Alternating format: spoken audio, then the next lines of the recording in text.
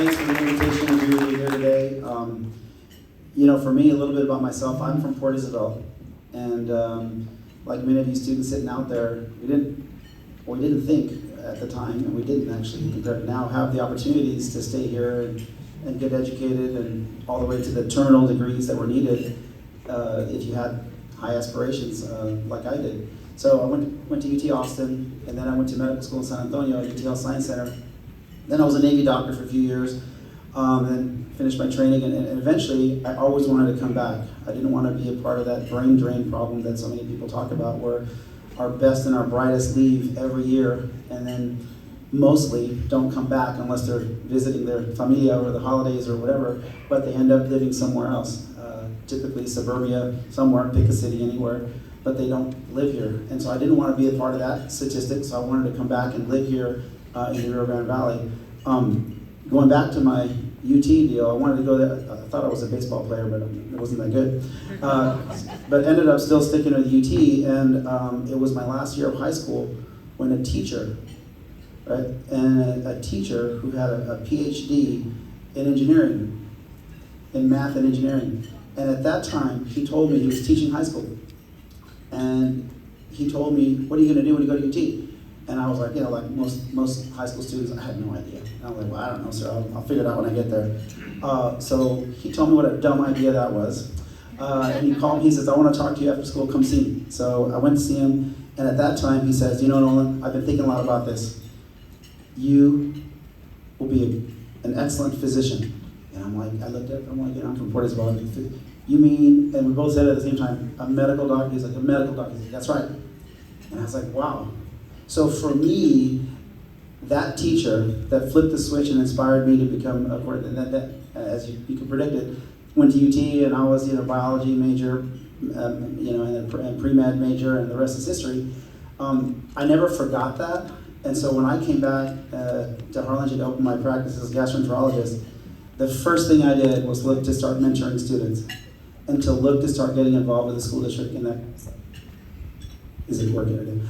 Little did I know that would lead to me getting a phone call and getting appointed to the school board, and so I never thought I would be an elected official, but and I kept getting involved with education, kept getting involved with UT, kept getting involved here in the Valley, and then, of course, later, now I serve on other boards. But for me, it's just a blessing to continue to be a part of the solution and to help the great leadership that we have here to continue to end that brain drain that we continue to suffer from. But I'm so proud, and I can tell you this, the Board of Regents is just super impressed with Dr. Bailey's leadership and the leadership of everybody in this room that continues to provide more opportunities for our brilliant people in the Rio Grande Valley. Think about this, and Dean Kabaj mentioned, but think about the faces of everybody in this room, these young faces of the students. These are the faces of the future of this great state and the future of this United States of America. So we need to match that talent. Talent is universal. Talent is everywhere. From these kids when they're born in the Rio Grande Valley, we just need to bridge that gap. Talent is university, but opportunity, unfortunately, is not. It's up to us here at UTRGV to create those opportunities, bridge that gap, so that we can educate the best and brightest people in this country. And then when we do that, obviously we transform this region like we are doing right now. So the board, right, you know, I'm a UT grad, and I went to UTESCA and that kind of stuff, and I get excited with all these different schools, MD Anderson, all this kind of stuff. I can tell you, and that's why I'm here, every time they invite me, I come. What I'm most passionate about, and I tell the governor this all the time, and he knows, what I'm most passionate about serving in the Board of Regents is to support UTRGV because of what's happening right here. I live here, I live in Harlingen, we have offices in McAllen and Brownsville and Harlingen, and this is where I live. I want to help support, you know, the university that's going to help transform. Think about all these universities and the big UT system building we have downtown. Like, I go there and I always remind our board, like, the great stuff doesn't happen here. The great stuff happens at the universities. That's where you educate students. That's where you provide health care, like the School of Medicine here at UTRGV. That's where you drive research and innovation, new ideas, new ways of doing things, right? And that's where you transform communities, which is what UTRGV is doing. So we're super proud of the leadership of Dr. Bailey. There's not a president that we trust more than Dr. Bailey at the board, that I can assure you. Comes to us, we just cut him off and said, Dr. Bailey, the answer is yes. Anything more you need, sir? Kind of probably like what you do with Dean Kabosh calls you. You're good, we're good, But that's what it takes. It takes bold leadership to make things happen. We always tell our president, it's okay if you make mistakes, but make mistakes being bold, doing bold things to benefit our students, to benefit our faculty, to benefit the community. And if you do that, we got your back. Obviously, it's a little bit more complicated than that, and Dr. Bailey, that's why he's the enterprise leader, not us. We support the heck out of what he does, but I'll tell you this, it's not easy to be a university president these days, and you see, to thread the needle of politics and all the different issues with the internal and external stakeholders, but we have an amazing leader. Think about this for a second. When UTRGV started, this was the most unprecedented startup in higher ed in America.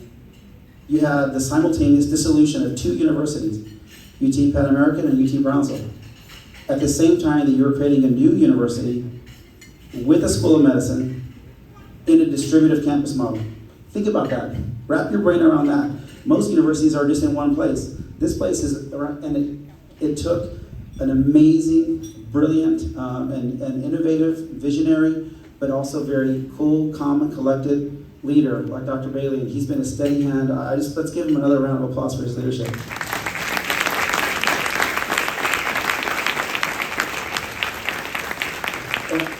And I will say this, the leadership, and he'll say the same thing, I know, because we've talked about this, that he doesn't do all these things, right?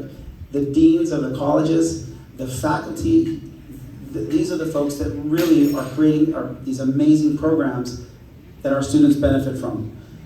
The degrees that you all confer and everything else, it's incredible what you do. 13, I think this is number 13, if I remember, I don't know, someone sent me some data. I think this is the 13th doctoral program, UTRGV. Put this in perspective. UT San Antonio has 30, UT El Paso has 26. So we'll be there soon, but put that in perspective. We have a lot of catching up to do. And also, back to the brain drain problem, the reason there's a problem, where folks leave and don't come back is because they have to leave to get that terminal degree, that final degree, right? So you look at medicine, for me, most people, it's not the MD degree, it's the residency programs. And of course, now we have those here too. And so we're keeping our own physicians, creating our own homegrown health professionals here. Awesome, right? Now we're creating more doctoral engineering degrees. We get more companies down here that'll hire you, and you're going to be working right here. And so for us, we just need to continue to create these higher level master's and doctoral degrees, and on medicine, of course, residency programs. And this is how we continue to provide for a really robust quality of life. I can guarantee you, someone's got to have some statistics on this. Some of y'all smart PhDs out there. I'm not a real doctor, just an MD, but y'all real doctors will know that the statistics will bear this out. The more terminal degrees, like PhDs and MDs, these high-level degrees a community has, the better the quality of life. That's plain and simple. The more symphonies and parks and art and all kinds of things. And so I feel we're at a special place right now, but it's all thanks to you guys, and it's all thanks to what I call the collective impact approach, where you bring industry, engineers in the community, NSF, community leaders. It takes all of the elected officials, the community leaders, the economic development folks, the folks in industry to come together to all help the university to create these opportunities for our young people. And lastly, I will say this. If we don't get it right, we're post-pandemic now, right? And now we have a new way of doing things. And now we have to do things much quicker, right? It's like a microwave society. Everything's you gotta be quick. It's gotta be at your fingertips. And folks are doing more remote learning and things like that. It's a much different ballgame. If we're not nimble enough, if we're not bold enough, if we don't do business as a university at the speed of business, the opportunities are going to be created by somebody else. Let me give you one last story, and then I'll sit down and let someone else talk. I don't know who's talking next. Long time ago, there was a university. This is how important education, this is how important degrees are. A long time ago, there was a university created by a company called Texas Instruments. Texas Instruments needed a university to get all the masters and doctoral human capital they needed. Right? That university is University of Texas, Dallas. Several years into it, they realized, wow, this is working so good. It was just a graduate school at the time. They said, guys, this is working so good. They back mapped it and created a full-fledged university with the bachelor degrees in it. And now it's UT Dallas. It's a remarkable university. Well, that was, I don't know, 30-some, 40 years ago. Dr. Bailey knows better than I, but I'll tell you this. That won't happen today. If the universities aren't nimble enough in creating what the workforce that the industry needs, they'll create the workforce without creating the university. So that's why it's important that we all help this bold leadership that we have with Dean Kabaj and Dr. Bailey and his team, and help continue to create these programs and create this synergy, this collective impact synergy with the industry and the workforce and everybody else, so that we can continue to educate the human capital of tomorrow. Because I can assure you this, the human capital that we need is best created in the university setting, not by somebody else. So let's continue to support the great leadership here at UTRGV, and thank you for allowing me to speak to you tonight. God bless.